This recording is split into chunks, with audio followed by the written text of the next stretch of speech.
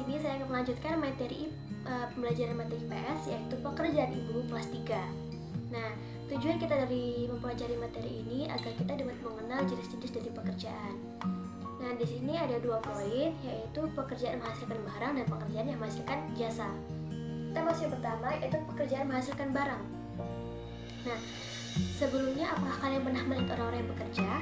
Nah, mungkin kalian di rumah pernah melihat nih orang-orang yang bekerja. Nah, bekerja di sini adalah usaha yang digunakan untuk mendapatkan penghasilan untuk memenuhi kebutuhannya. Nah, orang yang bekerja ini biasanya untuk memenuhi kebutuhan hidup sehari-hari. Nah, dan biasanya orang yang bekerja harus memiliki keterampilan kerja atau skill agar dia bisa menunjang penghasilannya. Seperti dia harus dituntut untuk memenuhi kebutuhan makan, kebutuhan sandang, pangan, pendidikan, kesehatan. Nah, di sini ada jenis-jenis dari pekerjaan yang menghasilkan barang. Ada 4, yaitu petani, peternak, petani ikan, dan pengelola industri. Kita masuk pertama, yaitu petani. Petani adalah orang yang bekerja dalam bidang pertanian. Biasanya di sini dia bekerja di ladang ataupun di sawah. Nah, petani termasuk pekerja menghasilkan barang karena yang dihasilkan yaitu seperti padi, sayuran, dan buah-buahan. Nah, petani di sini dibagi menjadi 2, yaitu petani rakyat dan petani perkebunan.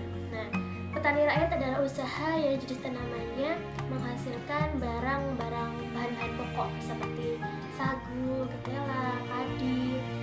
Nah, sedangkan petani perkebunan yaitu usaha pertanian yang hasil tanamannya berupa bahan-bahan perdagangan seperti kopi, teh, dan jagung. Sehingga dapat kita bedakan antara petani rakyat dan petani perkebunan. Yang kedua yaitu peternak. Peternak ini adalah pekerjaan dalam bidang peternakan hewan. Biasanya hewan diternak yaitu sapi, kambing, ayam, dan burung. Nah, sedangkan barang yang dihasilkan yaitu biasanya telur dan daging. Yang kedua yaitu petani ikan. Nah, petani ikan ini bekerja untuk membudidayakan ikan agar berkembang lebih banyak. Nah, bahan yang dihasilkan yaitu ikan yang digunakan untuk memenuhi kebutuhan hidup sehari-hari. Yang keempat yaitu pengelola industri. Nah, pengelola industri ini merupakan jenis pekerjaan yang menghasilkan barang. Biasanya pengelola industri ini menghasilkan barang untuk memenuhi keperluan dalam negeri maupun luar negeri seperti kebutuhan ekspor dan impor. Nah, mungkin teman-teman udah mulai paham nih. Kita masuk pembelajaran kedua, yaitu pekerjaan yang menghasilkan jasa. Nah, tadi kita mempelajari pekerjaan yang menghasilkan barang. Dan sekarang kita mempelajari mengenai pekerjaan yang menghasilkan jasa. Nah, pekerjaan menghasilkan jasa ini adalah pekerjaan yang hasil kerjanya dapat dirasakan konsumen dengan rasa puas. Seperti di sini ada 7. Yang pertama dokter. Nah, dokter bertugas untuk mengobati pasien yang sakit. Jadi, jasa dari dokter untuk konsumen yaitu dapat mengobati dan memeriksa pasien. Yang kedua yaitu guru.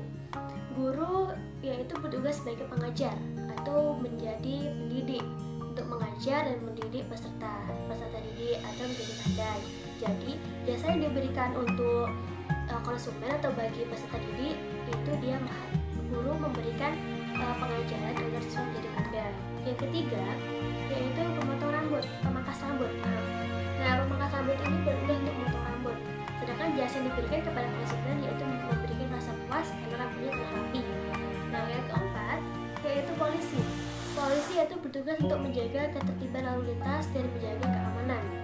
Jadi, jasa yang diberikan polisi kepada konsumen atau kepada masyarakat yaitu dapat mengontrol lalu lintas, menjaga keamanan, dan menjaga ketertiban. Yang kelima yaitu montir. Montir yaitu bertugas untuk memperbaiki kendaraan. Nah, jadi jasa yang diberikan kepada konsumen yaitu berupa kendaraan yang nyaman setelah diperbaiki. Sedangkan yang keenam yaitu tukang ojek. Nah, tukang ojek ini jasa yang diberikan kepada konsumen berupa jasa antar jemput sampai ke tujuan, karena nanti konsumen akan merasa puas karena sudah sampai di tempat yang dituju. Nah, semoga penjelasan dari saya dapat dipahami. Kurang lebihnya saya mohon maaf. Saya akhiri. Wassalamualaikum warahmatullahi wabarakatuh.